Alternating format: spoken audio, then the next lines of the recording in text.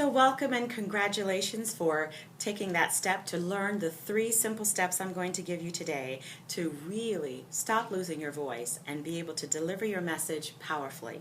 Now, they really are simple steps. In fact, one of them is going to be so simple you'll go, well, of course, we all know that.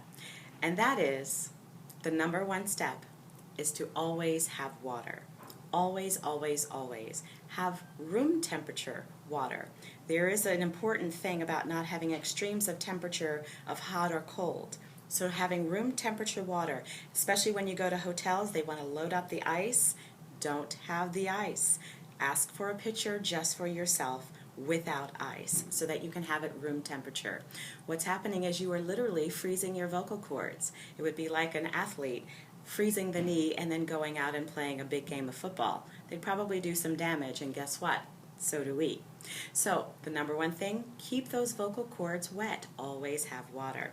One of my incredible professors in grad school literally had all of us in a studio in our first class and gave us all plastic bags, you know, the kind that you put your apples and oranges and so forth in, and gave us a bag, had us put it to our mouths, and had us all sing Happy Birthday. Very simple song, 30 seconds, maybe a minute, nothing more than that, right? So by the end of singing Happy Birthday with our plastic bags, we all had little puddles of water in the bottom of the bag. That's how much water we lose. That was a 30-second, 1-minute song. Imagine a 3 or 4-minute song, as most songs are, or even still speaking for 10, 15, 20, 40, a full day, a weekend retreat or conference. Exactly, you're getting the idea. We lose so much water whenever we're really consistently either speaking or singing, and we absolutely must keep replenishing those cords. It would be the same as having a car without oil. You would never do that. You know, the engine would lock up and seize on you. Well, the cords do very much the same thing, and you experience it as laryngitis.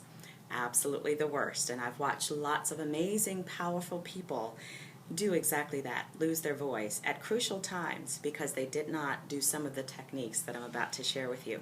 So that's mistake number 1, or step number 1, and that is have water, always, room temperature. Okay, so we're going to tip number 2, the second step to absolutely stop losing your voice so that you can deliver your message powerfully, and that is whenever you need to clear your throat. This is a big one. Most of us go, ahem. Now I'm doing it lightly, but most really kind of go at it to get the phlegm or the mucus out of the throat. Absolutely a big no-no. You are literally taking those cords and really almost shredding them. They're not coming together in their normal, easy way where there's a nice, simple coming together. They're actually doing this off-balanced, uneven slapping together.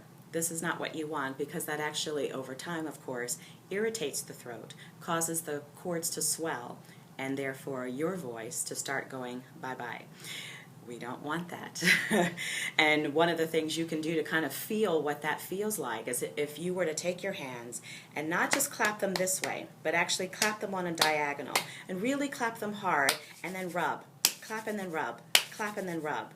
And feel what that feels like after just doing it 3 or 4 times. Your hands are going to sting a little bit. It's really going to not feel very good at all. Well, guess what? That's exactly what we're doing to our cords. Not to mention the fact that it actually doesn't dislodge the phlegm or mucus. It actually stirs it up and causes more. Notice that whenever you start doing that ahem, you have to keep doing it a number of times. Here's what to do instead of that. Instead, you're just going to give a light little cough with no sound. Just a little cough, very, very light. Let the air move over the vocal cords to dislodge the phlegm or the mucus. Okay? And then either get a drink of water so that you can move it off of the cords and down, or get a tissue or something so that you can get it up and out. But absolutely do not do the ahems. That's a big no-no. Okay? So that's your second step. Whenever you need to get rid of phlegm or mucus, simply do a light little cough with no sound so that you're not doing any damage to the cords. Now, there are a number of other wonderful, amazing, powerful things to do so that you can pretty much keep it so that you don't even get into that place. And that includes if you have allergies or if you have a cold or you're sick, there are some wonderful, powerful things that you can do to eliminate it even before you get into those places. Wonderful things to do, especially if you have to speak that day. You absolutely have to. It's a big presentation. There's no canceling or quitting or not being able to show up. I have some great tools and techniques that I can share with you to absolutely make sure that's going to be a beautiful day. Because of course I've had to sing and perform while under those circumstances, and that's something you don't want to have happen. So I can give you some great tips with that. And I do that actually with my vocal spa that's coming up, which I'm so excited about.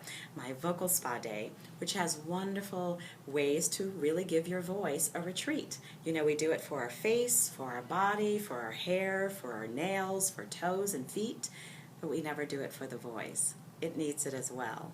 So I share with you some amazing, wonderful oils and herbs that most people don't know can really support your throat and your cords, actually strengthen them.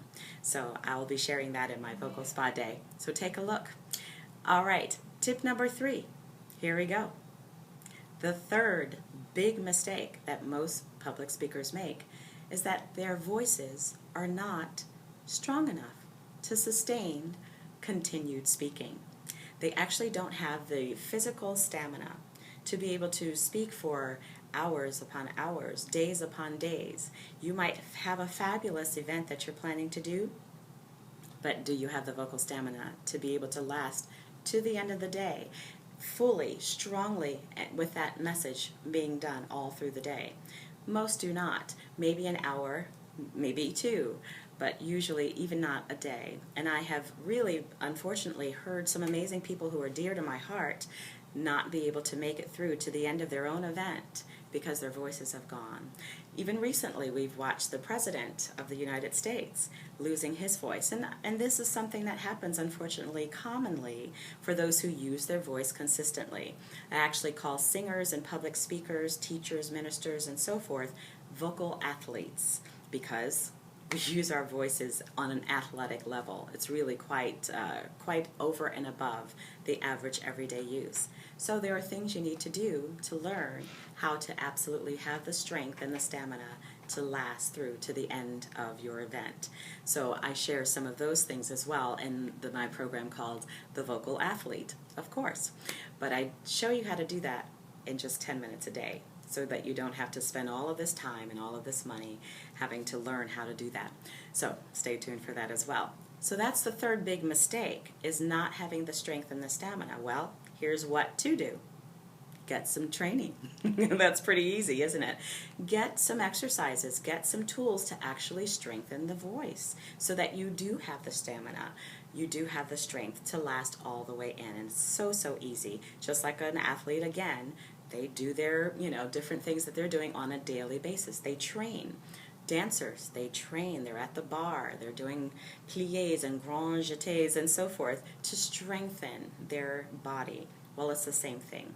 For our voices, we need to have some exercises where you can strengthen your vocal cords. And I have, of course, those for you. Again, I'm just here always to support you in getting your message, your voice, out into the world in a much more powerful and stronger way. So there you have it, the 3 biggest mistakes that public speakers make, and 3 simple steps to strengthening your voice so you can deliver your message powerfully. Thank you so much, and I hope you'll stay tuned for the next video I have that will show you some other powerful techniques, especially around how to speak authentically. I'm Orgena Rose. I look forward to seeing you next time. Thank you.